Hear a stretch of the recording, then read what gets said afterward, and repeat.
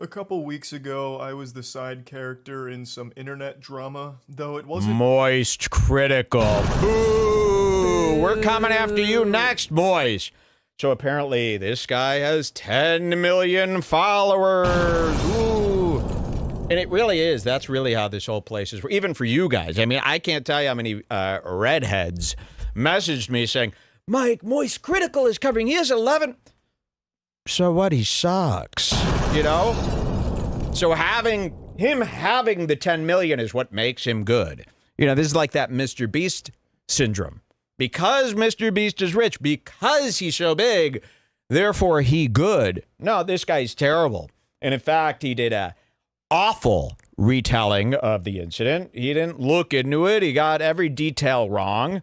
Didn't do any research, but thought, oh, I'll make a video and gobble up all the views. I'll collect all the coin.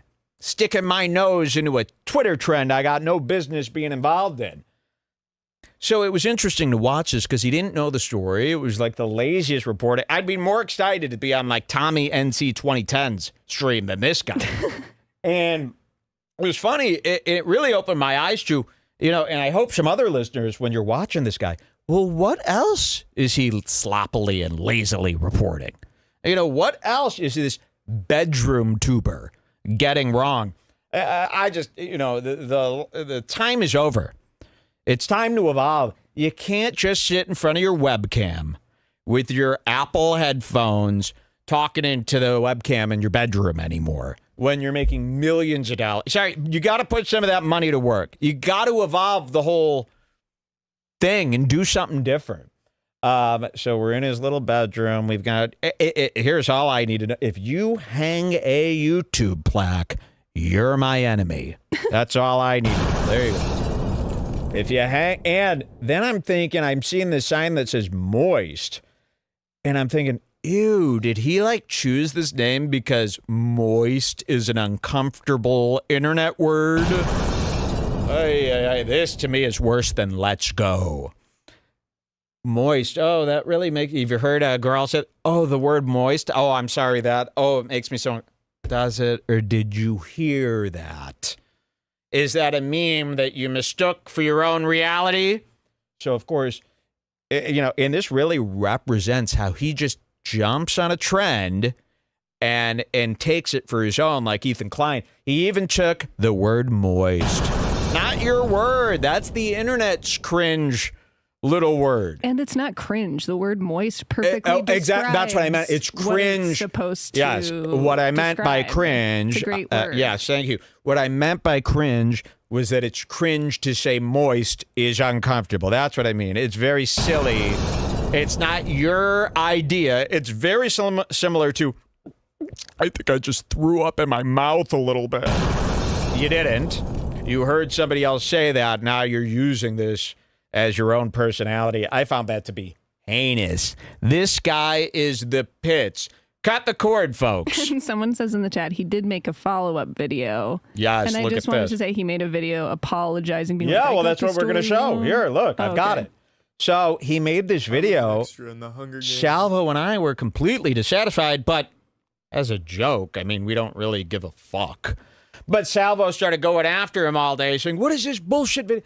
He got so scared, he actually made a second video called I Got Called Out. And his second video is as boring as the first. And look how pathetic this is. Here, listen to this. By golly, I tell you, these YouTuber super roast battles from Def Noodles are the gift that just keep on giving. This is a bonus. Unfortunately, I've been caught in the crossfire, and now it's my cheeks on the... I just want to make it perfectly clear. It is not okay to watch nerds like this all day unless you're gobbling up information to go after them later.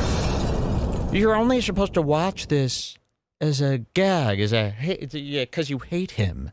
You cannot be watching him daily for real. Okay? You must unsubscribe. I'm so sorry. This is not what we're all doing. Okay? Listen to this. The grill getting cooked. They got me strung up like a pig being rotated around an open flame because of my video from yesterday, where I talked about how at the most recent Super Roast battle, Def Noodles assaulted a man. The whole video is just spent me making fun of Def Noodles, but I've been called out for getting something wrong in regards to the person who got pushed. Now, and it's like, you fucking spaz. Like, we're not even serious. You got it wrong.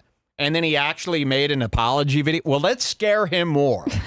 Everybody, every time you see this guy, ooh, Redbar is so fierce. I've never seen him this mad. Never seen him like this. He says he's got all sorts of plans. Please. Are these videos of Corey assaulting the audience like 10 minutes long? I have no idea. I've never seen anything like that. So if anyone has that, send it up. I have them in my email. They're just taking a long time to download for some reason. Yeah, here. And again, not important. It'll get out there. We'll put them on.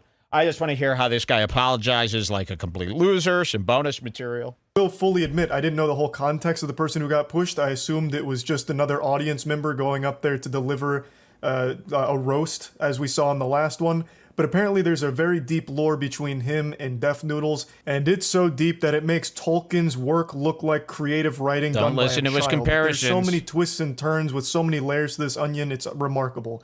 And I was called out by a couple YouTubers, as well as Salvo, the person in the video himself, for not knowing this connection. And I take full responsibility for not researching this. I thought he was going to kind of like come back with like he was going to fight back a little bit.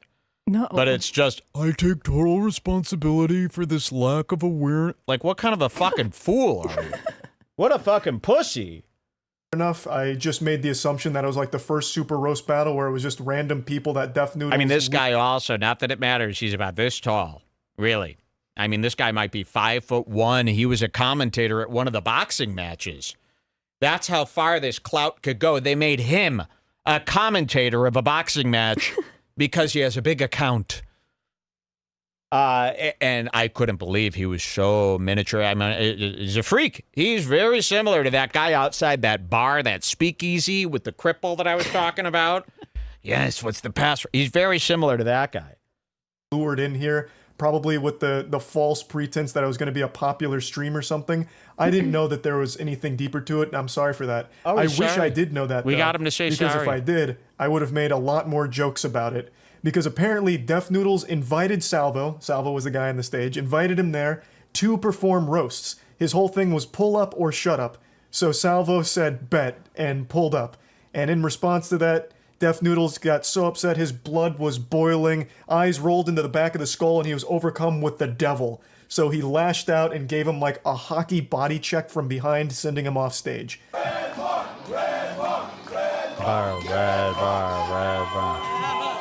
Oh, yeah, we were very unhappy with his explanation of Redbar. Do we have a time code for that in the last video, the first one? Let's see. YouTuber comedy event. Because he starts... Here, maybe when I go to the clip of him playing it. Yeah. Here, this will show you. Go to 158. 158, wow. Okay. Oh, great. Yeah, so he's showing the clip, then he's going to talk a little Redbar. I'm pretty sure this guy knows what Redbar is. Here, listen to this.